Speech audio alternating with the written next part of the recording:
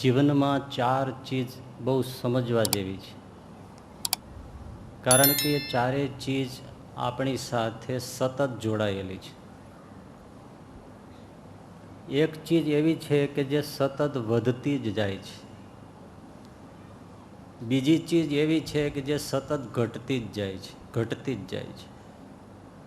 ત્રીજી ચીજ એવી છે કે ઘડીકમાં વધી જાય, ઘડીકમાં ઘટી જાય.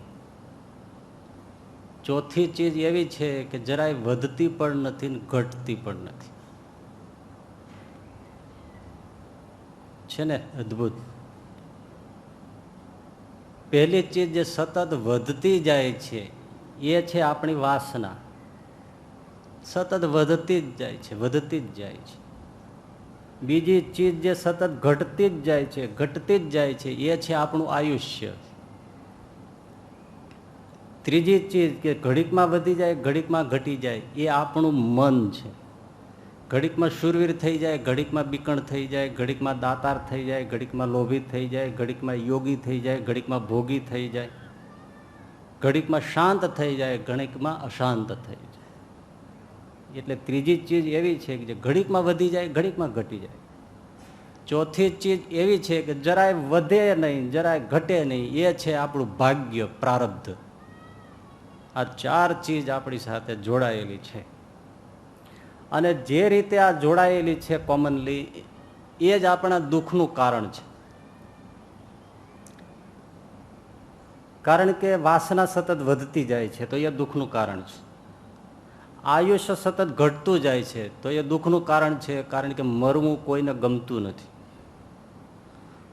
ત્રીજી બાબત, મન ઘડીકમાં શાંત થઈ જાય છે, ઘડીકમાં અશાંત થઈ જાય છે, વધઘટ કરે છે, એક સરખું શાંત રહેતું નથી, એટલે એ પણ દુઃખનું કારણ છે. અને ચોથું આપણું ભાગ્ય, એ વધતું નથી, ઘટતું નથી, એટલે એ પણ દુઃખનું કારણ છે. કારણ કે સુખ આવે તો આપણે એને વધારવું છે, તો એ વધતું નથી અથવા ટકતું નથી. અને દુઃખને ઘટાડવું છે તો એ હટતું નથી. એટલે આ રીતે ચારેય ચીજ આપણને દુઃખ આપે છે. હવે ચારેય ચીજમાં જો ફેરફાર કરવામાં આવે તો પાછી એ ચારેય બાબતો સુખ આપે. પહેલી ચીજ જે વાસના વધતી જાય છે એને જો ઘટાડવામાં આવે તો સુખ થવા માંડે. બીજું, આયુષ્ય જે સતત ઘટતું જાય છે એને જો વધારવામાં આવે તો પાછું સુખ થઈ જાય છે. વધારવું એટલે અત્યારે આપણે જે બિલકુલ કૃત્રિમ આહાર વિહાર કરી નાખ્યા છે એનાથી, વ્યસનોથી, પછી એવા ખાણાપીણાથી, એવા સ્ટ્રેસથી, એટલી દોડધામથી આપણે જે લખાવીને આવ્યા છીએ એના કરતાં વહેલા મરી જાય છે. એટલે જે ઝડપથી આયુષ્ય ઘટાડી રહ્યા છે, વ્યસની હોય એક સિગરેટનો કસ મારે અને એક સિગરેટ પૂરી કરે ત્યાં 10 મિનિટ આયુષ્ય ઓછી થઈ જાય. એટલે સતત ઘટતી જાય છે. જે ઝડપથી આપણે ઘટાડી રહ્યા છીએ એને થોડી અટકાવી શકાય. સાત્વિક જીવન રાખીએ, ખાણીપીણીમાં નિયમ રાખીએ, કુદરતી જીવન જીવીએ, વ્યસનોથી દૂર રહીએ, ભોગવિલાસ સંસારના છે એમાં સંયમ રાખે અને પ્રાણાયામ આદિ કંઈક સાધનાઓ કરે તો સ્વાભાવિકપણે એની આયુષ્ય વધી ગણાય અને તંદુરસ્ત રીતે જીવી શકે. ત્રીજું કે જે મન વધી જાય છે, ઘટી જાય છે, એને વૈરાગ્ય અને અભ્યાસથી જો એને સ્થિર કરવામાં આવે તો સ્થિત થયેલું, સ્થિત પ્રજ્ઞ થયેલી આપણી બુદ્ધિ, પ્રતિભા, મન, એ આપણને સુખ આપે છે. અડગ થયેલું મન. સાધનાથી આ કરી શકાય છે બધું. અને ચોથું, જે ભાગ્ય વધતું નથી, ઘટતું નથી, એ ભગવાનના આશ્રયથી, ભગવાનની કૃપાથી અને સંતોના આશીર્વાદથી સુદામાની જેમ ભાગ્ય બદલાઈ પણ શકે છે. તો એ ચાર ચીજ ફેરફાર કરીએ તો સુખ બને. એમાંની એક જ ચીજ ઉપર આપણે આજે વાત કરવાની છે. બાકી તો ચારેય ચીજ બહુ સમજવા જેવી છે ઊંડાણથી, પણ એ હવે ક્યારેક જ્યારે એનો અવસર આવશે ત્યારે. તો પેલી છે વાસના, જે સતત વધતી જાય છે અને જે દુઃખનું કારણ છે. એ વાસનાની સમજ અને ટાળવાની ઘટાડવાની વાત કરતું જ આ આખું પ્રથમનું 60મું વચનામૃત છે.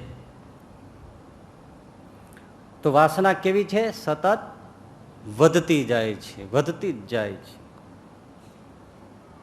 આપણે અત્યારે 40, 50, 60, 70 વર્ષના થઈ ગયા, જે લોકો બધા બેઠા છીએ તે, એનો ટોટલ મારો ત્યાં સુધીમાં આપણે કેટલો શ્રીખંડ, કેટલો રસ, કેટલા ભજીયા, કેટલા રસગુલ્લા, કેટલા શું કહેવાય ગુલાબ જાંબુ, કેટલો આઈસ્ક્રીમ, કેટલા ગાંઠિયા, કેટલા સમોસા, કેટલું ખાધું. છતાં કોઈ દિવસ એમ થાય છે કે બસ હવે તો ખાવું જ નથી. ઉલટાનું વધતું જાય છે. ઘણા લોકો જ નથી કહેતા હોય તો ઘરે જઈને એના ઘરવાળાનો હુકમ છોડે, અરે અઠવાડિયું થઈ ગયું ભજીયા દેખાડ્યા નથી. કરો કરો, પણ કેટલા ખાઈ ગયો એ નથી કહેતો. વધતું જ જાય છે. અને અત્યારે કોઈ આમ ચોકલેટ ફ્લેવરનો, વેનીલા ફ્લેવર, એવી બધા આઈસ્ક્રીમ અત્યારે તમારે ફ્લેવરનો લાવે તો કથાની જગ્યાએ પડી રહી. એટલે ભાઈ હું રહી ગયો અહીંયા, આવા દે ને, હું આવા પીરસો વાળા ક્યાં લઈ આવ્યા તમે બધા આવા? વાસના વધતી જ જાય છે. શા માટે વધતી જાય છે? બહુ મહત્વની વાત. કોઈ અગ્નિ સળગતો હોય, એમાં તમે થોડું ઘી નાખો, વધે કે ઘટે? વધે કે ઘટે? વધે. એમાં 2 લાકડા નાના નાના નાખો તો વધે. એમ વાસના છે ને, એ તો આપણે જન્મમાં ત્યારથી જન્મની ભેળી ભઠ્ઠી લઈને આવ્યા છીએ, એ તો સળગે જ છે. એમાં આપણે જન્મ્યા ત્યારથી જગતના પંચ વિષય જોવું, ખાવું, સાંભળવું, અડવું, સ્પર્શ કરવો, આ તે બધા જે ભોગ એ ચાલુ જ છે, તીવ્રપણે ચાલુ છે. એ બધા લાકડા ને ઘી છે. એક તો અગ્નિ હતો જ વાસનાનો લઈને આવ્યા છે, ને એમાં જન્મ્યા ત્યારથી જ આ પંચ વિષયો જે સંસારના છે એના લાકડા અને ઘી ભોગરૂપી ભોગવવાનું ચાલુ છે, એવું નાખતા જ જઈએ છીએ. એટલે અગ્નિ તા પકડતો જાય છે. શેનો? વાસનાનો. ન જાતું કામ કામાનામ ઉપભોગે ન શામ્યતિ હવિષા કૃષ્ણ વર્તનેવ ભૂય એવા અભિવર્તતે. ક્યારેય ભોગ વાસના ભોગવવાથી શાંત થતા નથી. જેમ જેમ ભોગવે તેમ તેમ વધુ ને વધુ અગ્નિ પ્રજ્વલિત થાય. આ ભગવાન વેદ વ્યાસનું વચન છે. બધાને એમ ભોગવી લે બધું હરખું થઈ જાય, પણ એ થતું નથી. જેમ જેમ ભોગ થતા જાય છે એમ બોલી અગ્નિ વાસનાની છે એ તા પકડતે. તા છે ને એ કાઠિયાવાડી શબ્દ છે. તા લઈ જાવ, તા લઈ. તા લઈ ગયો કોને કહેવાય? અગ્નિ તા લઈ ગયો ત્યારે આમ કેટલે દૂર ઉભા રહ્યો ને તોય તમને ગરમી દજાડે અને કોઈ રીતે શાંત જલ્દી ન થાય. એને શું કહેવાય? તા લઈ ગઈ છે. એમ વાસના તા લઈ ગઈ છે. જન્મથી તો છે ને, આ જન્મમાં પણ તા લઈ ગઈ છે. તો આપણને પ્રશ્ન એમ થાય કે તો શું પછી કાંઈ આ દુનિયાના જે ખાવું, પીવું, જોવું, હરવું, ફરવું, જાણવું, જોવું, વ્યવહાર ધંધા શું કાંઈ કરવું જ નહીં? આ બધા લાકડા કરગઠિયા છે એમ જો તમે કહેતા હો તો પછી શું આ બધું કંઈ કરવું જ નહીં? ઓંખો મીચી નથી બેસી રહેવાનું તો શું કરવું? અહીંયા થોડું સમજવા જેવું છે કે પંચ વિષયની વાસના કોને કહેવાય અને આવશ્યકતા કોને કહેવાય, એ ભેદ બરાબર સમજી રાખવાનો છે. રોમની અંદર એક સમ્રાટ થયો. એ સમ્રાટ એટલો ભોજન પ્રિય હતો કે સમજો કે એનું આખું જીવન ખાવામાં જ ગયું, બીજું એને કંઈ કર્યું જ નહીં. જ્યારે જો ત્યારે બસ એના મહેલમાં ભોજનની વાનગીઓ સારામાં સારી બનતી જ હોય, એ બની જાય, તૈયાર થાય ને પેટ ભરીને જમે, વળી બની જાય ને પેટ ભરીને જમે. તો તમને એમ થશે કે આટલું બધું પચી જતું હશે? ના, એને એની પાસે 2 હકીમો વૈદો રાખ્યા હતા. પેટ ભરીને સરસ મજાના, માનો કે એ રોમમાં તો શું ખવાતું મને ખબર નહીં, પણ આપણે જેમ માનો બટેટા વડા, ફરસાણ ને જલેબી ને ફાફડા તાજા તાજા એ બધું પેટ ભરીને જમે. અડધો કલાક ટેસ્ટથી માણીને જમે, પછી થોડી વાર બેસે, હકીમોને ફાંકી આપે, ઉલટી કરી નાખે, પેટ ખાલી થઈ જાય, રિલેક્સ થઈ જાય અને ફરી ખાવા બેસી જાય. અડધી રાત સુધી આ પ્રોગ્રામ ચાલે. બસ ટેસ્ટ માણી લે, પેટ ભરીને આમ સેફ્ટી વાલ ડૂંટી ઊંચી નીચી થઈ જાય ત્યાં સુધી, પછી તો એને ઉલટી કરીને કાઢી નાખવાનું. આવો એનો પ્રોગ્રામ આખો દિવસ અડધી રાત સુધી ચાલે. આની આવશ્યકતા નથી. ભોજનની આવશ્યકતા છે, પણ રસાસ્વાદ પ્રિયતાની જે આવશ્યકતા નથી. એટલે ભોજન છે એ આવશ્યક છે, રસાસ્વાદ એ વાસના છે. ભોજન એ આવશ્યકતા છે, રસાસ્વાદની પાછળ પડવું એ વાસના છે. ભોજન એ શરીરની માગણી છે અને એ આવશ્યકતા છે. રસાસ્વાદ છે, રસલોલુપતા છે, એ મનની માગણી છે, એ વાસના છે. આ શરીર અને મન એનો સ્ટ્રગલ છે. શરીર આવશ્યકતામય છે, મન વાસનામય છે. એટલે શરીર હંમેશા આવશ્યકતા ઉપર નભે છે અને મન એ હંમેશા વાસના ઉપર નભે છે. વાસના જો ખેંચી લેવામાં આવે તો મન તિરોહિત થઈ જાય. આવશ્યકતા ખેંચી લેવામાં આવે તો શરીર તિરોહિત થઈ જાય. શરીરનું એવું છે કે એ આવશ્યકતા સિવાય બીજી કોઈ લેંગ્વેજ જાણતું જ નથી. વાસના શું કહેવાય શરીરને ખબર જ નથી. તમે જો શરીરની અરે વાસનાની વાત કરવા જાઓ તો શરીર કે શું તમે બોલો છો, મને સમજાતું નથી. એ ભાષા જ નથી જાણતું. તમે એના ગમે એટલા પાસવર્ડ નાખો, કોમ્પ્યુટર ગમે એ શરીર ખબર જ નથી પડતી. તમે શું લપ કરો છો? વાસના શું વળી? આવશ્યકતા છે. આપણે જેમ અમુક લોકો ગુજરાતી સિવાય બીજી ભાષા જાણે જ નહીં, એમ આ શરીર આવશ્યકતા સિવાય કોઈ ભાષા જાણતું નથી. અને મન વાસના સિવાય બીજી કોઈ ભાષા જાણતું નથી. એને કહો કે આવશ્યકતા છે તો શું આવશ્યકતા વળે? આવશ્યકતા એટલે શું? આવશ્યકતા માર બોલી આવશ્યકતા શું કહેવાય?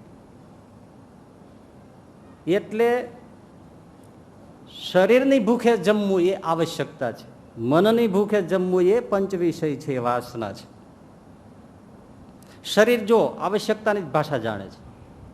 બહુ સીધી સાદી વાત. શરીરની આવશ્યકતાની માગણી શું છે? રોટલી, દાળ, ભાત, શાક, છાશ, પાણી. એને એ ઈડલી, સમોસા, દાબેલી, પાણીપુરી, ભેળપુરી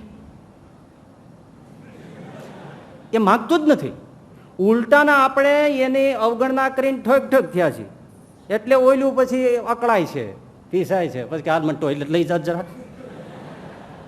કેમ તને સુખ નથી? મને સુખ નથી, મને ગેસ થઈ ગયો છે, હજી તો ડૂંટો બહાર આવશે.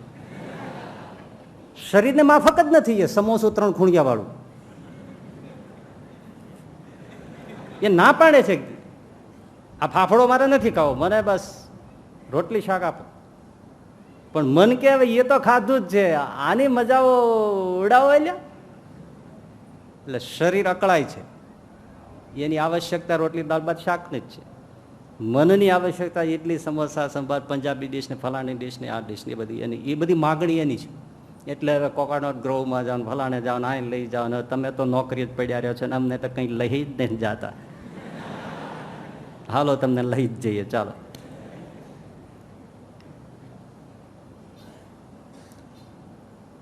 એટલે ભોજન એ આવશ્યકતા છે, રસાસ્વાદ એ વાસના છે, કપડાં પહેરવા એ આવશ્યકતા છે, ફેશન એ વાસના છે, પાણી પીવું એ આવશ્યકતા છે, પેપ્સી, કોકા કોલા પીવું વાસના છે, રસ્તે ચાલ્યું જવું ત્યારે ટ્રાફિક જોવો, ભટકાઈ ન જાય એ આવશ્યકતા છે.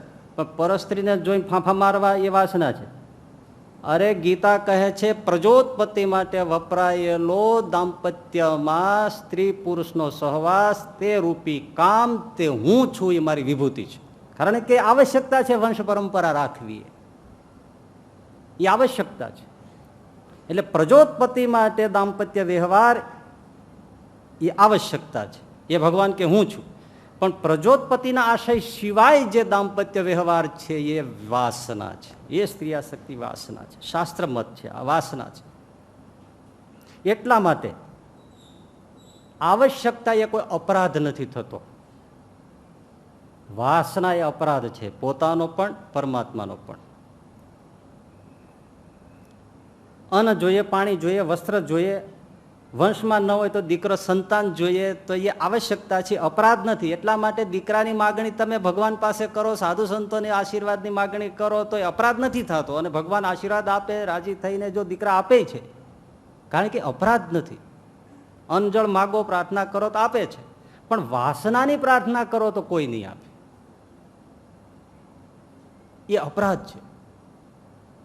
એ ભગવાનની પ્રાર્થના જોકે કરી પણ શકતો નથી, અને કરે તો પણ એની પ્રાર્થના સ્વીકૃત થતી નથી.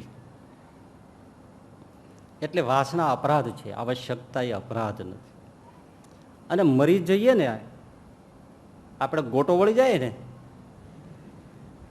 એટલે આવશ્યકતાનો અંત આવી જાય. બાપુજીને ઠાઠડીમાં બાંધી દીધા પછી એમ ન કે બેટા એક ગ્લાસ પાણી પાઈ દે પછી સ્મશાને જઈએ, આવશ્યકતાનો અંત આવી ગયો. પણ વાસનાનો તો મરી જાય ત્યારે અંત નથી આવતો ને પછી અંત આવતો નથી. એ તો વૃદ્ધાવસ્થા થઈ જાય, મોતની નજીક આવી જઈએ, પહોંચું થઈ જાય તોય અંગમ ગલિતમ પલિતમ મુંડમ દશન વિહીનમ જાતમ તુંડમ વૃદ્ધો યાતે ગૃહીત્વા દંડમ તદપિ ન મુંચત્યે આશા પિંડમ ભજ ગોવિંદમ ભજ ગોવિંદમ ગોવિંદમ ભજ મૂઢમતે. એક બાપા સાવ બેરા થઈ ગયેલા, આંખે ઝાંખું દેખાય, ઉંમર વળોટી ગઈ છે, 80 જેવું થઈ ગયું છે, આવ ખોખું થઈ ગયેલા. એમાં એક જણાને પૂછ્યું, બાપા જમવું છે? તો બાપા કે મારે પરણવું તો છે, પણ હવે મને કોણ પરણાવે? અંગમ ગલિતમ ફલિતમ મુંડમ. માથે વાળ ધોળા થઈ ગયા હોય, આંખોના તેજ વયા ગયા હોય, કાન સંભળાતું ન હોય, લાકડીને ટેકે ફરતા હોય તો વાસના જતી નથી. એ વાસના જીર્ણ પણ થતી નથી, મરતી પણ નથી, વધતી જ જાય છે. કેમ? ઓલા કરગઠિયા નાખીએ છીએ તો વાસનાના કરગઠિયા બંધ કરે અને આવશ્યકતા છે એને પણ ભગવાનનો ભક્તિભાવનો સ્પર્શ કરાવે તો વાસના ટળી જાય, જીવનમાં સુખ થાય. માનો કે ભોજનની આવશ્યકતા છે પણ એને ઠાકોરજીનો સ્પર્શ કરાવે, અર્પણ કરે અને ભક્તિભાવથી પ્રસાદ ભાવથી જમે તો એ આવશ્યકતા ભક્તિ થઈ ગઈ, તો એ જીવ ધન્ય થયો અને સુખી થયો. તો એ વાસના ઘટે તો સુખ થાય. તો ઘટાડવા માટે શ્રીજી મહારાજે જે ઉપાયો કહ્યા એ કરગઠિયાઓ, ઘી, આહુતિઓ નાખીએ છીએ ને આપણે યજ્ઞ કરીએ છીએ, પણ ઊંધો યજ્ઞ કરીએ છીએ.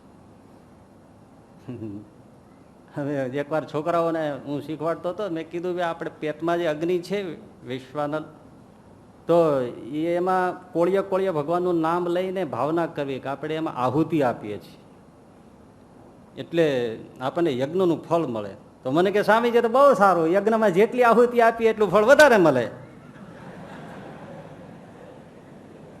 ઘટાડવાનું નામ જ નહીં.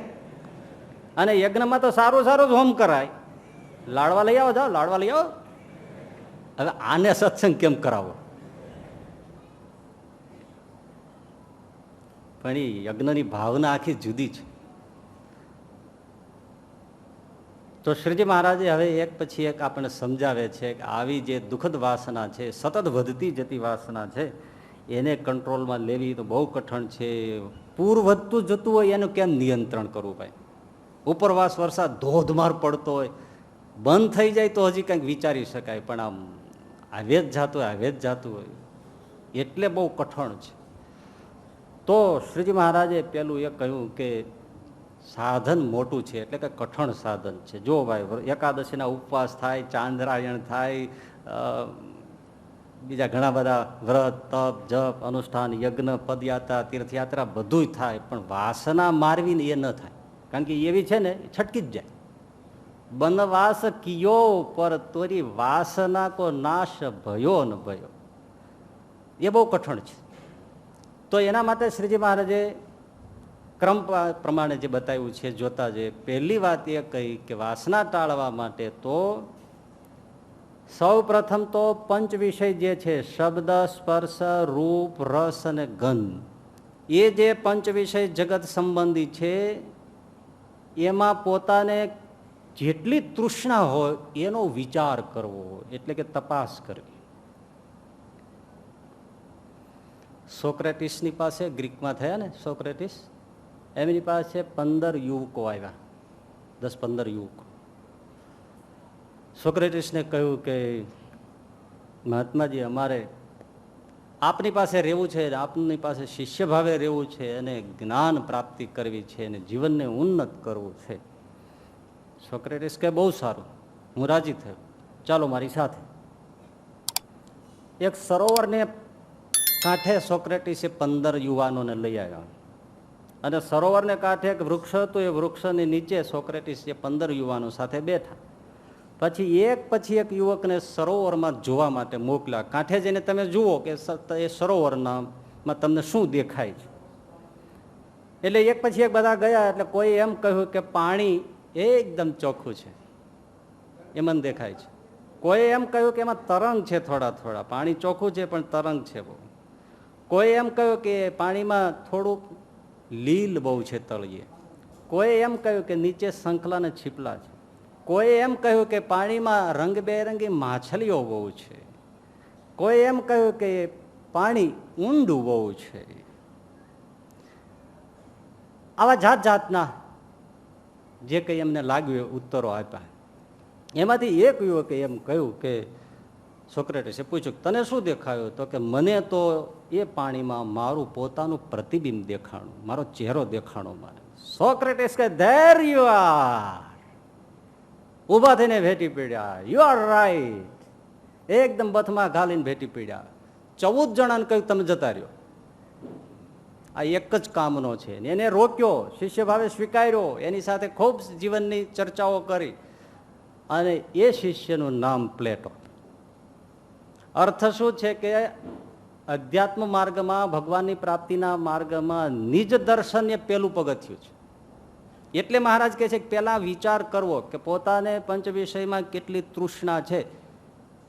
હવે આપણે આમાં કેટલા સવારે ઉઠીને કે રાત્રે સૂતી વખતે વિચાર કરતા હોય છે કે મને આમાં કેટલી વાસના છે ને આમાં કેટલી વાસના છે. નિજ દર્શન એ પેલું પગથિયું છે. એટલે જ પોતાને જોવો, પણ આપણે પોતાને નથી જોતા ને. બીજાનામાં વાસના કેટલી છે, બીજાને રસાસ્વાદ કેટલો છે, બીજાને ઊંઘવામાં કેટલું પેલું છે, બીજામાં દોષ કેટલા છે, બીજો કેવો છે, એ બીજાના સ્વભાવ, દોષ, વાસના, અવગુણ એ આપણને બરાબર દેખાય છે, પણ આપણે પોતાના આપણા દોષ સ્વભાવ દેખાતા નથી. એટલે જ પ્રથમના 20મા વચનામૃતમાં શ્રીજી મહારાજે કહ્યું કે જે પોતે પોતાને નથી જોતો એ તો મૂર્ખમાં પણ અતિ મૂર્ખ છે. એ નિજ દર્શન છે. ગુણાતીતાનંદ સ્વામી કે જેવા બીજાના દોષ જોવાની ચાડ છે, એવા જો પોતાના દોષ ટાળવાની ચાડ હોય તો એકેય દોષ રહે નહીં અને જીવ બ્રહ્મરૂપ થઈ જાય.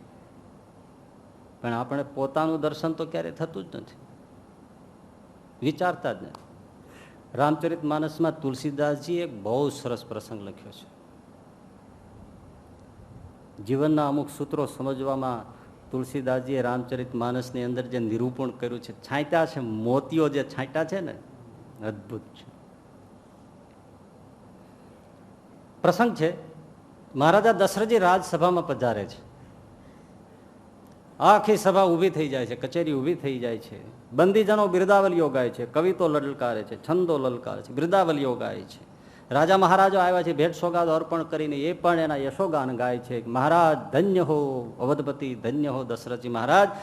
3 કાળમાં તમારા જેવો કોઈ મહારાજ સમ્રાટ થયો નથી. પેલા પણ કોઈ હતો નહીં, આજે પણ કોઈ નથી, ને ભવિષ્યમાં પણ કોઈ થશે નહીં. અરે ત્રિલોકમાં કોઈ તમારા જેવો સમર્થ નથી. દિગ્પાલો પણ તમારા હુકમને માને છે, એવા આપ સમર્થ છો. આવી બિરદાવલીઓ ગવાય છે. દશરથજી મહારાજ રાજ સિંહાસન ઉપર બેઠા. તુલસીદાસજીએ લખ્યું, રાય શુભાય મુકુર કરલિંહા બદન બિલોકી મુકુટ સમકિન્હા રાય શુભાય. દશરથજી મહારાજે શું કર્યું કે સ્વભાવ પ્રમાણે અરીસો લીધો. અરીસો લઈને પોતાનું મોઢું જોયું, અને મુગટ ત્રાસો હતો સરખો કર્યો, અરીસો મૂક્યો. કેવડી મોટી વાત. આમ તમે જોવો તો અજુગતું લાગે ને. રાજ કચેરી બેઠી હોય ને ત્યાં પછી અરીસામાં જોવું એ અયોગ્ય છે. અહીંયા તમે બધા બેઠી ગયા છો, હું પછી અહીંયા આવું ને પછી વચનામૃતની કથા શરૂ કરતા પહેલા વળી અહીં અરીસો કાઢું આમ, અને પછી આમ જો બરાબર છે ને, ટીલું વીલું બરાબર છે, બરાબર છે. હવે ફેસ જ ઉતરી ગયો છે, એમાં શું હરખું થવાનું હોય. પણ એ સારું લાગે.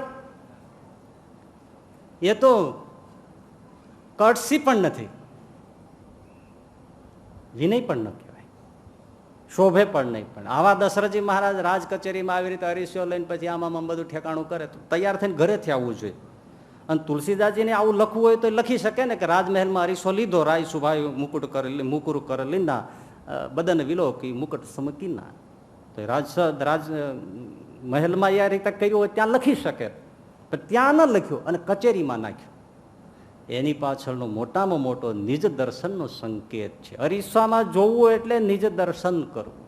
દશરથજી મહારાજ તરત અરીસો ઉઠાવે છે કે બંદીઓ એમ કહે છે, રાજા મહારાજાઓ દેશ પ્રદેશના એમ કહે છે કે દિગ્પાલો પણ તમારો હુકમ માને છે, ત્રિલોકના દેવતાઓ પણ તમારી આમન્યા જાળવે છે, ત્રિલોકમાં 3 કાળમાં તમારા જેવો કોઈ નથી, તો હું ખરેખર એવો છું. આ નિજ દર્શન છે. એટલે નિજ દર્શન કરવું. એની સામે તુલસીદાસજીની કરામત જુઓ તમે. આખા રામચરિત માનસમાં લંકાના ગમે તેટલા વર્ણન આવે ત્યાં એક પણ શબ્દ કે ઈશારો ક્યાંય તુલસીદાસજીએ મૂક્યો નથી કે રાવણની લંકામાં અરીસો હતો. અરીસો જ નથી લંકામાં, કારણ કે જોતા જ નથી કોઈ. એ બીજાને જ જોવે છે, પેલો આવો ને પેલો આવો ને ઓલો આવો ને ઓલી આવી, એ જ જોવે છે, પોતાનું કોઈ જોતા નથી. એને લંકા કહેવાય. શ્રીજી મહારાજ એટલે જ કહ્યું, જેને બીજાના જ અવગુણ દેખાય એ આસુરી છે, જેને પોતાના અવગુણ દેખાય એ દૈવી છે. પોતાનું જોવું, પોતાના સ્વરૂપ. અને પાછું કેવું દશરથજી મહારાજનું, રાય સુભાય, સુભાય એટલે સ્વાભાવિક, પણ એના સ્વભાવ પ્રમાણે અરીસો લીધો. મતલબ કે જે દૈવી જીવો છે એનો સ્વભાવ જ એવો છે કે પોતાને જોવો, સ્વભાવ જ એવો છે. તો પોતાનું સ્વરૂપ જોવું. શું જોવું? કે મને પંચ વિષયમાં કેટલી તૃષ્ણા છે. હવે શબ્દ સ્પર્શ રૂપ રસગંધ જલ્દી નહીં પકડાય, એટલે આપણે વાસનાના મુખ્ય મુખ્ય જે સ્થાન કેન્દ્ર છે ને એના ઉપર નજર ઠેરાવીએ. શું તપાસવું? ભાઈ, સ્ત્રીમાં કેટલી આસક્તિ છે, પુત્રમાં કેટલી આસક્તિ છે, ધનમાં કેટલી આસક્તિ છે, ફેશનમાં કેટલી આસક્તિ છે, રસાસ્વાદમાં કેટલી આસક્તિ છે, ધંધામાં કેટલી આસક્તિ છે, વ્યવહારમાં કેટલી આસક્તિ છે.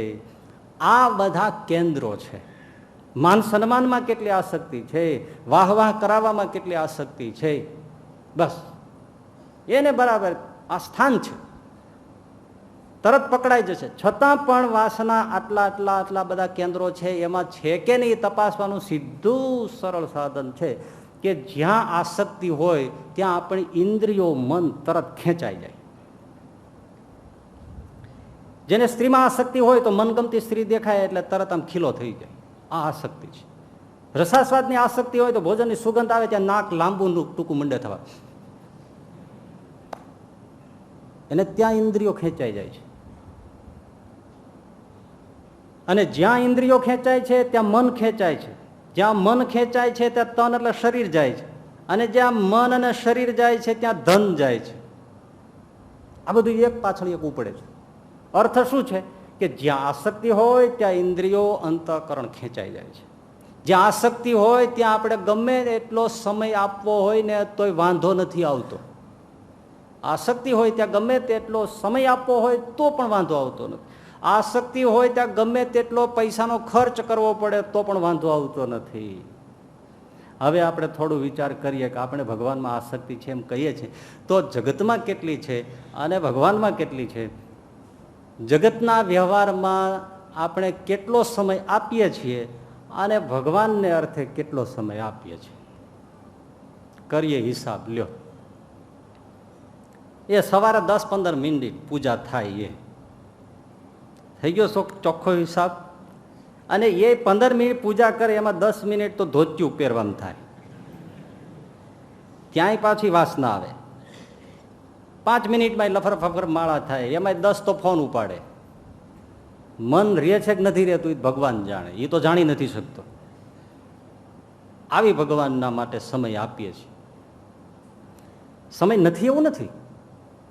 પછી જો નથી સાંજે દર્શનમાં આવવાતું, નથી આરતીમાં આવવાતું, નથી નિયમ ચેષ્ટા થતી, નથી કથા વાર્તા શ્રવણ થતું, કે નથી ઘરે બેસીને કોઈ ગ્રંથનું વાંચન થતું. હા, ઘરે બેસીને ગમે એવા થાક્યા વાગ્યા તો ટીવી જોવાય છે, સમાચાર જોવાય છે, સિરિયલ જોવાય છે, ક્રિકેટ જોવાય છે. સમય નથી એવું છે?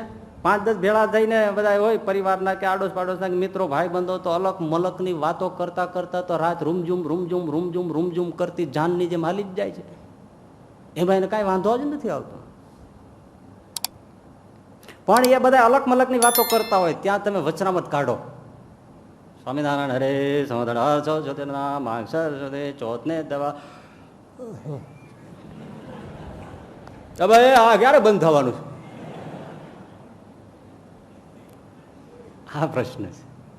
શ્રીજી મહારાજના વખતમાં એ બધા મહારાજ કથા વંચાવે અને સંસ્કૃત ગ્રંથો ભાગવત ને બધું હોય ને કાઠી દરબારો પાર્ષદો બધા બેઠા હોય અને રાતનો સમય હોય કે દિવસનો હોય વંચાતું હોય. જૂની પદ્ધતિ એવી હતી ને, શ્લોક વંચાય અને એનું સીધું ટ્રાન્સલેશન, વર્બલ ટ્રાન્સલેશન જ થાય. એવા વાતો ન થાય. વાતો પછી જેને અલગ કરનારા હોય વાતો કરનારા એ મહારાજને પછી જે કોમેન્ટ્રી કાંઈ કરવું હોય એ કરે. બાકી કથા વંચાય આમ શ્લોક ગુજરાતી, શ્લોક ને ગુજરાતી. અને અધ્યાય પૂરો થાય ને ત્યાં એ નીચે ઇતિ શ્રીમદ ભાગવત પુરાણે આવે ને તો એ લાલ અક્ષરમાં લખ્યું હોય, નીચે લીટા માર્યા હોય લાલ. એટલે એ લાલ લાઈન દેખાય ને એટલે કાઠી દરબારો સમજી જાય કે હવે રાતો આદો, એટલે કે અધ્યાય પૂરો થયો. અધ્યાય ખબર ન પડે ને, રાતો આદો એટલે પૂરું થાય તો સારું એમ. પણ એ આ અધ્યાયો વંચાય અને પછી કાઠી દરબારો પછી બગાસા ખાય ને ઝોલા આવી જાય એટલે મહારાજ ખીજાય, હે માળા કાઠાવ, આવી સરસ કથા આવે છે ને માળા તમે ઝોલા ખાવ છો, ઊંઘ આવે છે. ભણ્યું મહારાજ, અમને ઊંઘ આવે નહીં પણ ભણ્યો ભટડો પોથી ખોલતો સા ને તો પોથીમાંથી ઊંઘ નીકળતી સા. બાકી અમને બેસવા દો એક બાજુ ને ગપ્પા મારવા દો, હવાર પાડી દઈ. અમારો વાંક જ નથી ભણ્યો. ભટડો પોથી લાવતો છો ને પોથીમાંથી ઊંઘ નીકળતી છે. ગુણાતીતાનંદ સ્વામીએ કોઈને જડે નહીં ને એવી વાત કરી છે. મેં આ વાત વાંચ્યું ને મેં તો માથામાં 3 વાર તો પુસ્તક ડાળ્યું. ગુણાતીતાનંદ સ્વામી કે કોઈને કથામાં ઊંઘ આવે, પૂજામાં ઊંઘ આવે, માળા ફેરવતા ઊંઘ આવે, પણ કોઈ રૂપિયા ગણતા ગણતા હુઈ ગયા દાખલા છે? આ ગજબ કરી નાખ્યો. ક્યાંય જાણ્યો કે રૂપિયા ગણતા ગણતા કોઈ હુઈ ગયો? એક દાખલો લાવો, શું એને જડે છે? માળા ગણતા ગણતા તરત જ ડબી જાય. લ્યો ગૌમુખી આમ વહી જાય, માળા અહીં પડી રહે પોતે આમ વયો જાય. એટલે આસક્તિ જે છે એનો વિચાર કરવો, આનાથી ખબર પડે. પણ મહારાજે એમ કહ્યું કે એવી રીતે વિચાર કરવો, પંચ વિષયનો તો તૃષ્ણા કેટલી છે એનો વિચાર કરવો, પણ એમ તપાસવું કે મને ભગવાનમાં આસક્તિ છે એટલી જગતમાં છે કે વધતી ઓછી છે. હવે આ તો અઘરું તો છે ને, તપાસવું એ અઘરું છે. પણ ભાઈઓ તમારી કૃપાથી અને શ્રીજી ને સંતોની કૃપાથી મેં એક પેપર કાઢ્યું છે. એ પેપરમાં 10 પ્રશ્નો છે. 10 પ્રશ્નો ફરજિયાત છે. એક પ્રશ્નના 10 માર્ક છે. યસ અને નો જ કરવાનું છે, હા કે ના. એટલે આપણને ખબર પડી જશે કે આપણને ભગવાનમાં આસક્તિ કેટલી છે, જગતમાં આસક્તિ કેટલી છે. પ્રશ્ન પહેલો, બોલવાનું નથી, વિચારી લેવાનું, કે બધા બોલે તો હાંજ પડી જાય. પ્રશ્ન પહેલો, ક્રિકેટ ચાલતી હોય વન ડે તો આખો દિવસ ક્રિકેટ માટે ટીવી સામે બેસી જવાય છે, ખાવાનું ભૂલી જવાય છે. ખાવું હોય તો જોતા જોતા ફોર મારી ફોર ફોર ફોર ફોર, આખો દિવસ જાય છે ને ટીવી સામે બેસીને. સમય નીકળે છે કે નહીં? હા, આખો દિવસ ક્રિકેટ સામે, ભલે રસ હોય તો કાઢો, એનો કોઈ વાંધો નથી, જોવો. પરંતુ એક દિવસ ક્યારેય એવો વિચાર આવ્યો કે જેમ હું આ રીતે આખો દિવસ કાઢી નાખું છું તો ચાલ આજ આખો દિવસ મારે ભગવાનનું ભજન કરવામાં કાઢવો છે, વિચાર આવ્યો? પ્રશ્ન પહેલો. સમય નીકળે છે, બેસે છે, પણ આવો વિચારે ઉઠ્યો, કાઢ્યો તો નથી જ સમય. વિચારે ઉઠ્યો કે આમ એક દિવસ કાઢી નાખશે તો એક દિવસ ચાલો હવે ભજન જ કરવું છે. પેલામાં નીકળે તો આમાં નીકળે, એમ સમજી લેવાનું વન ડે છે. લ્યો બોલો, ભગવાનની સાથે વન ડે જ છે ને, પણ વિચાર પણ નહીં આવે. ચાલો આખા દિવસનું જવા દો, થોડી ઘણો સમાચાર જોતા હો છો, ક્યારેક ફિલ્મ જોવા જતા હો છો, ક્યારેક હરવા ફરવા જતા હો છો, ક્યારેક બૈરા છોકરા સાથે પગ મોકળા કળાવ જતા હો છો, તળાવની પાળે હરવા ફરવા જતા હો છો, સમાચાર જોતા હશો, એવું બધું કાંઈક તો જોતા છો, તો એમાંય સમય તો જતો જ હોય. તો એવી રીતે અડધો ટક 3-4 કલાક 2 કલાક 20-25 માળા ફેરવવાનો પણ ક્યારેય એવો વિચાર આવે છે કે ચાલો આટલો સમય લીઝર અવર કાઢીએ છીએ તો આમાં પણ કાઢીએ. પ્રશ્ન બીજો, વિદ્યાર્થી પરીક્ષા ટાણે આખી રાત પોણી રાત ખેંચી લે છે. વેપારી વેપાર ટાણે સિઝનમાં, ખેડૂતની વાવણી ટાણે સિઝન ટાણે, દરજી એના સિઝન ટાણે, રસોઈયા એની સિઝન ટાણે, ડેકોરેશન વાળા એના સિઝન ટાણે, સૌ પોતપોતાના સિઝન ટાણે મોડી રાત ખેંચી લે છે. એવી રીતે આપણને ક્યારેય વિચાર આવ્યો કે આજ તો મોડી રાત બસ ભજન કરવામાં ખેંચી લેવી છે? ક્યારે વિચાર આવ્યો? આજ તો બસ ભલે 3 વાગી જાય, મોડી રાત ખેંચી લેવી છે. નકર અભ્યાસ તો છે જ, મોડી રાત ખેંચવાનો ઓફિસ વર્કમાં નીકળી જાય છે, હે માર્ચ એન્ડિંગમાં નીકળી જાય છે 2 નંબરના ચોપડા બનાવવા માટે. આમાં એવો વિચાર પણ નથી આવતો કે મોડી રાત ખેંચી લઈએ. પ્રશ્ન 3, દીકરો માંદો હોય તો રાત્રે ઉઠીને તપાસાય છે. કેમ છે બેટા? સારું છે? આવું છે? રાત્રે ઉઠીને એમ ક્યારે રાતે ઉઠીને ભજન કરવાનું સૂઝ્યું છે? પ્રશ્ન 4, દુકાને ગયા હો, ધંધામાં ગયા હો, ગમે તેટલી ગરાગી હોય કે તમે તમારા જોબ વર્કમાં ડૂબેલા હોય, તોય ક્રિકેટનો રસ હોય તો વચ્ચે વચ્ચે સ્કોર જાણી લ્યો છો, જવા દેતા નથી. અરે ભાઈ જોઈએ કે મેં 1 મિનિટ જોતો, હે મોબાઈલમાં જોઈ લે, આમ લઈ જાય ત્યાં જોઈ લે. ક્રિકેટમાં રસ નો જવા દો, તમે તરત એવા હોશિયાર વિદ્યાર્થી જેવું છે એટલે કે અમારે ક્યાં ક્રિકેટમાં રસ જ છે તો જવા દો. ઘરે છોકરો બીમાર છે કે ઘરવાળા કે કોઈ બીમાર છે તો ઓફિસના ગમે તેટલા જોબમાંથી ફોન કરીને સમાચાર વારંવાર પૂછાય છે કે નહીં, ઉલટી બંધ થઈ કે નહીં, ઝાડા બંધ થયા કે નહીં, પેટનો ગોળો બંધ થયો કે નહીં, ખાધું કે નહીં, પીધું કે નહીં, જીવ્યા કે નહીં, વારે ફોન કરીને પૂછાય છે ને. એવી રીતે ધંધામાં વ્યવહારમાં આ સમય નીકળી જ જાય છે અને જોરપૂર્વક તડપ ઉપડે છે. એવી એ ધંધાની પ્રવૃત્તિઓ, વ્યવહારની પ્રવૃત્તિઓ કરતા ક્યારે વચ્ચે 5 ભગવાનના નામ લેવાની તડપ ઉઠે છે? 5 માનસી પૂજા ટાઈમે કરી લેવાની તડપ ઉઠે છે? પ્રશ્ન 5મો, રોજ તમે રાત્રે 9 વાગે દુકાન બંધ કરો છો, પણ ક્યારેક ગ્રાહકી જામી જાય અને દુકાન બંધ કરતા 10 કે 10:30 થઈ જાય, પણ વાતમાં 2-5-10 હજારનો વકરો થઈ જાય કે નફો થઈ જાય તો કંટાળાનો તો જવા જ દો, પણ ઘેર આવો ત્યારે તમને આમ કોંટો હોય કે આજ તો કામ થઈ ગયું. મોડું થયોનો અફસોસ છે? નથી. એવી રીતે ભજનમાં ગયા હોય કે સત્સંગમાં આવ્યા હોય ને અડધો કલાક મોડું થાય ભજનમાં બેસવામાં, તો ક્યારે એમ થાય છે કે આજ તો કામ થઈ ગયું? ના, એમ થાય કે આ ડોહો ચોંટી હું પીડ્યો છે. થાય છે ના, મોડું ન કરું સ્વામીજી, શું અમે બચરવાળ વાળા રહ્યા? એમ બચરવાળા વાળા તો ડ્રાઇવિંગમાં જાવ છો ને છેલ્લા શોમાં 1:30-2 વાગે છૂટો, ત્યારે કેમ ક્યારે કઈ નથી થતું કે બચરવાળા છો? અહીંયા જ બચરવાળા આવે છે બધું. પ્રશ્ન છે આ કે એમાં દુકાન મોડી થાય છે, શો ડ્રાઇવિંગમાં મોડો છૂટે છે, તો એમ થાય છે કે બાપલા ભલે 100 રૂપિયા ટિકિટ દીધી પણ જમાવટ થઈ ગયો. ક્રિશ એટલે ક્રિશ.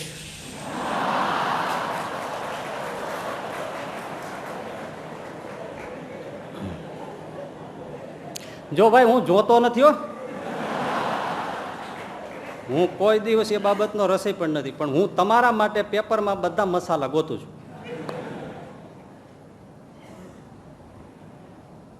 કંટાળો આવે છે ના, અને આમાં કોઈ દિવસ ઉજમ ચડતો નથી કે વાહ અડધો કલાક આ સત્સંગમાં બેઠો, અડધા કલાક ધૂન થઈ. અરે 10 મિનિટ ધૂન લંબાઈ ને તો કાંઈ કે જલ્દી ચલતી, પણ આમ નાયડું તૂટે એવું નથી થતું.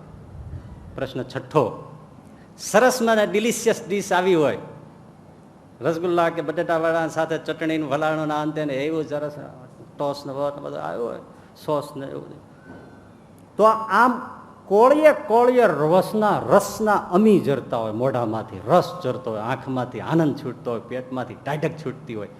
એમ ભજન કરવા ભલે 5 માળા બેઠા હોય કરવા, પણ મણકે મણકે સ્વામિનારાયણ સ્વામિનારાયણ બોલતા બોલતા રસના ઘૂંટડા આવે છે. પ્રશ્ન 7મો, દીકરો પરદેશ ભણવા ગયો હોય કે ઘરવાળા લાંબા વખતથી પિયર ગયા હોય કે રિસાઈને ગયા હોય,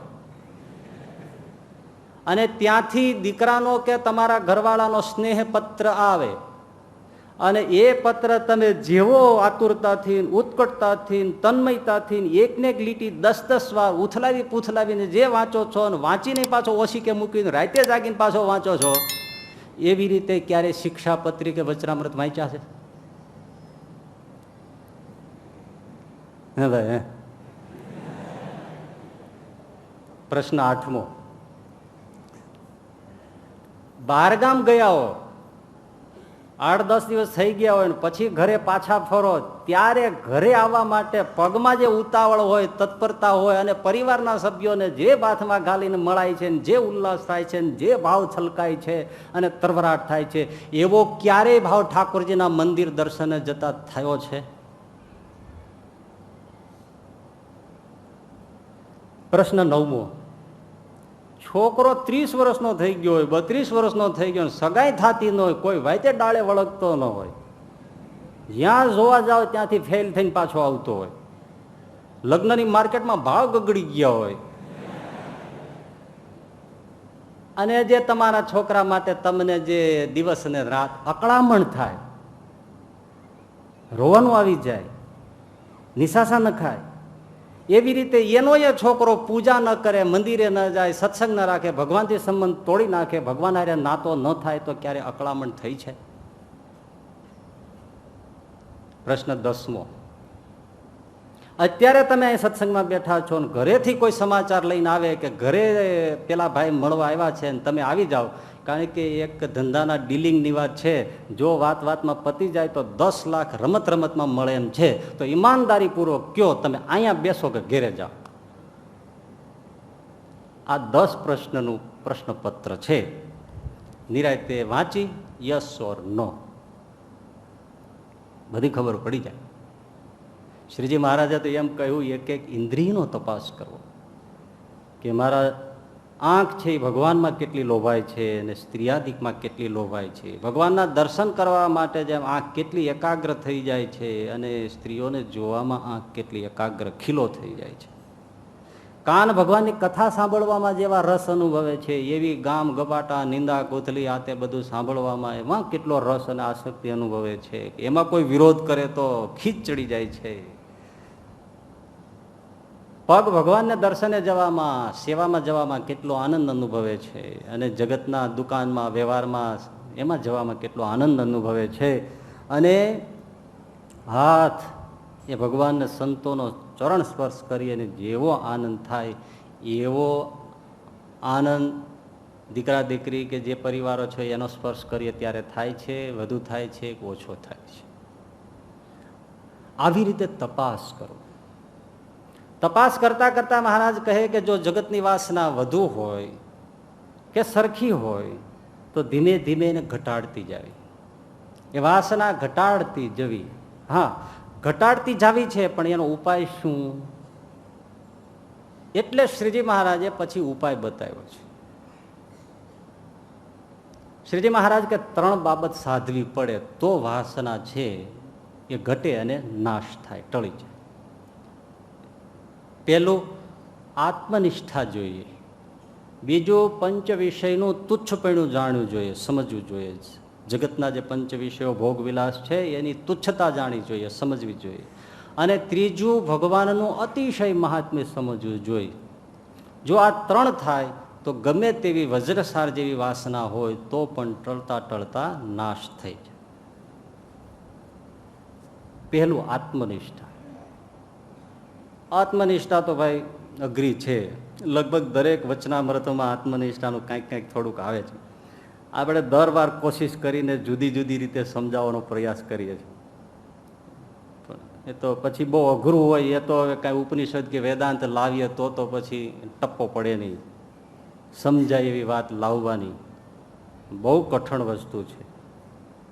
સમજાવવાવાળાને પોતાને સમજવામાં કઠણ છે જ. અહીંયા આપણે આત્મનિષ્ઠા વિશે થોડું એ રીતે સમજ્યું અને બહુ જ કામનું. હરિશ્ચંદ્ર મહારાજાનું નાટક ભજવાતું હોય અને મહારાજા હરિશ્ચંદ્રજીનો રાજ્યાભિષેક થતો હોય, વાહ વાહ થતી હોય ને સુખ છલકાતું હોય, થોડી વાર બાજી પલટાઈને વિશ્વામિત્ર ઋષિ આવે ને બધું જ રાજસાજ માગી લે અને પુત્ર રાહુલ અને તારામતીને વેચાઈ જવું પડે અને મહારાજા હરિશ્ચંદ્રને પણ ભંગીને ત્યાં વેચાઈ જવું પડે અને સ્મશાનમાં દાણ જકાત કર ટેક્સ ઉઘરાવવા માટે નોકરી કરવી પડે. એમાં પુત્ર રાહુલનું મૃત્યુ થાય ને તારામતી સ્મશાને લઈ આવે રાતના સમયે અને જકાત આપવા માટે કાંઈ ન હોય ત્યારે પોતાનું વસ્ત્ર કાપીને આપવાની કોશિશ કરે. એ વખતે હરિશ્ચંદ્ર જુએ છે તારામતી કોણ છે, દીકરાનું મૃત્યુ છે. પણ એ દીકરાના મૃત્યુ અને આવી આ પરિસ્થિતિ અને પોતાના પતિને ત્યાં રખેવાળી કરતો જોવે છે. દાણ આપવાનો પૈસો નથી. એક વખતના મહારાણી ને મહારાજ અને સ્મશાનમાં દર્દનાક દ્રશ્ય અને તારામતી એ વખતે માથા પછાડી પછાડીને આક્રંદ કરતી હોય કે કાળજા થથરી જાય. પણ ભાઈઓ, ખરેખર તારામતીનું પાત્ર ભજવે છે એ અંદરથી દુઃખી હોય? અંદરથી દુઃખી હોય? કેમ ન હોય? એને અંદરથી ખબર છે કે હું કોણ છું, હું ફલાણી ફલાણી વ્યક્તિ છું, એ ખબર છે. આ જ રહસ્ય છે. એમ આ જગતનો મંચ છે. એમાં આપણે કેટલાય જન્મો ધાર્યા છે, કેટલાય વેશ લીધા છે. કારણ કે પેલા લોકોને હરિશ્ચંદ્રનું પૂરું થાય એટલે તરત જોગીદાસ ખુમાણનું આવે, તરત મહારાજા ભરતરૂ આવે, તરત કાંઈક બીજું જ આવે. એટલે એ તો બધાને અંદરથી ખબર જ છે. અને એ વખતે માનો કોઈ ગુલામ થયો ને એને કોઈ ગાળો આપે તો એ ગાળોથી કઈ દુઃખી નથી થઈ જતો. અને ગમે તેટલો રાજા થયો અને ગમે એટલી ભેટ સોગાદ મકને વાહ વાહ સલામ સલામ મહારાજા સલામ કરે તો એ અંદરથી ખુશ થતો નથી. કારણ કે એને ખબર છે કે હું જીવલો છું. અંદરથી એને પૂરી સજગતા છે હું કોણ છું. અભિનય એક્સલન્સ કરે છે ને, પરફેક્ટ કરે છે. એમ આ જગતનું મોટું મંચ છે અને એમાં આપણે કેટલી વાર કાગડા થઈને વેશ ભજવવા આવ્યા છે. કારણ કે આપણે તો શુદ્ધ ચૈતન્ય સચ્ચિદાનંદ આત્મ સ્વરૂપ છે, નથી મરતા, નથી સડતા, નથી બળતા, એવા અણુ સ્વરૂપ સચ્ચિદાનંદ સ્વરૂપ નિજ આનંદ સ્વરૂપ જ છીએ, ચૈતન્ય સ્વરૂપ આત્મા છીએ. પણ વેશ ભજવવા માટે કર્માનુસાર જગતના મંચ ઉપર આપણને રોલ મળ્યો છે પાત્ર ભજવવા માટેનો. એમાં ક્યારેક કાગડા થયા છે, કૂતરા થયા છે, ભૂંડ થયા છે, ગધેડા થયા છે, પક્ષી થયા છે, પશુઓ થયા છે, રાજા થયા છે, દિવાન થયા છે, નોકર થયા છે, ચાકર થયા છે, સ્ત્રી થયા છે, બાળક થયા છે, માતા પિતા થયા છે, પુરુષ થયા છે, બધા જ રોલ ભજવ્યા છે. એમ ભજવતા ભજવતા એ નાટક પૂરું થાય, બીજું બીજું એટલે ત્રીજું. એમ અત્યારે પણ નાટક ભજવવા માટે જ આવ્યા છે. રોલ મળ્યો છે. આમાં કોઈને સ્ત્રીનો મળ્યો છે, કોઈને પુરુષનો મળ્યો છે, કોઈને સાધુનો મળ્યો છે, કોઈને ગ્રહસ્થનો મળ્યો છે, કોઈને કાંઈનો નથી મળ્યો. એટલે મતલબ કાંઈ મળ્યું નથી. આ રોલ છે. કોઈ ડોક્ટરનો રોલ ભજવે છે, કોઈ વકીલનો ભજવે છે, કોઈ એન્જિનિયરનો ભજવે છે. બધા પાત્રો જ ભજવે છે. અંદર જે છે ને એ આ વેશ બદલી રાખે છે. પણ ખાટલે મોટી ખોટ અને કઠણાઈ કે આપણે ભૂલી ગયા છીએ હું કોણ છું. પેલી તારામતી દુઃખી નથી થતી, હરિશ્ચંદ્ર દુઃખી નથી થતો, કારણ કે એને ખબર છે હું કોણ છું. આપણે હરિશ્ચંદ્ર ભૂલી ગયા કે આપણે કોણ છીએ, આપણે કોણ છીએ એ ભૂલી. અને જયારે ભૂલી જાય ત્યારે તારાજી થાય, અનર્થ થઈ જાય. એકવાર આવું જ હરિશ્ચંદ્રનું નાટક ભજવાતું હતું ને એમાં તારામતી રડવા માંડી, રાહુલનું મૃત્યુ થયું. સમાચાર સાંભળ્યા હતા, ખરેખર કોણ જાણે એવું કાંઈક તાદાત્મ્ય થઈ ગયું તો એ તારામતી સ્ટેજ ઉપર જ મરી ગઈ. આ અનર્થ થઈ ગયો. કેમ? એ ભૂલી ગઈ હું કોણ છું, એ ભૂલી ગઈ. એમ આપણે ખરેખર ભૂલી ગયા છીએ હું કોણ છું, એટલે આ બધો અનર્થ છે. હવે જે પાત્રો આવ્યા છે એને બધા પોતાના માનીને ગળે વળગાડીને ફરીએ છીએ, પછી રડીએ છીએ ઓલા રાહુલ ને તારામતીની જેમ. બાકી તો બધું હાવ ખોટું છે હકીકતમાં. આ કઈ છોકરા સમજાવવાની વાત તો છે જ નહીં. પણ હવે કેટલું સજ્જડ થઈ ગયું. એટલે મહારાજે પ્રથમના 44માં કે દરજીને ત્યાં ડગલો શિવાડ્યો હોય ને એ કોઈ શિવાડીને પહેરે ને પછી એમ કે દરજી મારો બાપ છે ને દર્જણ મારી માં છે તેને મહામૂર્ખ કહેવાય. એમ આ શરીરરૂપી ડગલો છે એ ક્યારેક બ્રાહ્મણ અને બ્રાહ્મણી થકી મળે, ક્યારેક બીજી જ્ઞાતિઓ થકી ઊંચ નીચમાં પ્રાપ્ત થાય, પણ એ બધા ડગલા છે. પણ એ ડગલો દેહરૂપી પહેરી પછી એમ કહે કે હું દેહ છું અને આ બધા સંબંધીઓ તે મારા છે. મહારાજ કે એને પશુ જેવો જાણો, મૂર્ખ જાણો. આ તો ભગવાન પોતે કહે છે. ચાલો આપણને બીજું એમ ન થતું કે આવું થોડું હોય, કે આવું થોડું આવો વેશ હોય કાંઈ. પણ હકીકત છે, હકીકત જ છે ને. મરી જાય ત્યારે ક્યાં કોઈ ભેળું આવે છે? તમારા વગર અમે જીવી નહીં કે તો કોઈ ચિત્તામાં ચડી ગયું?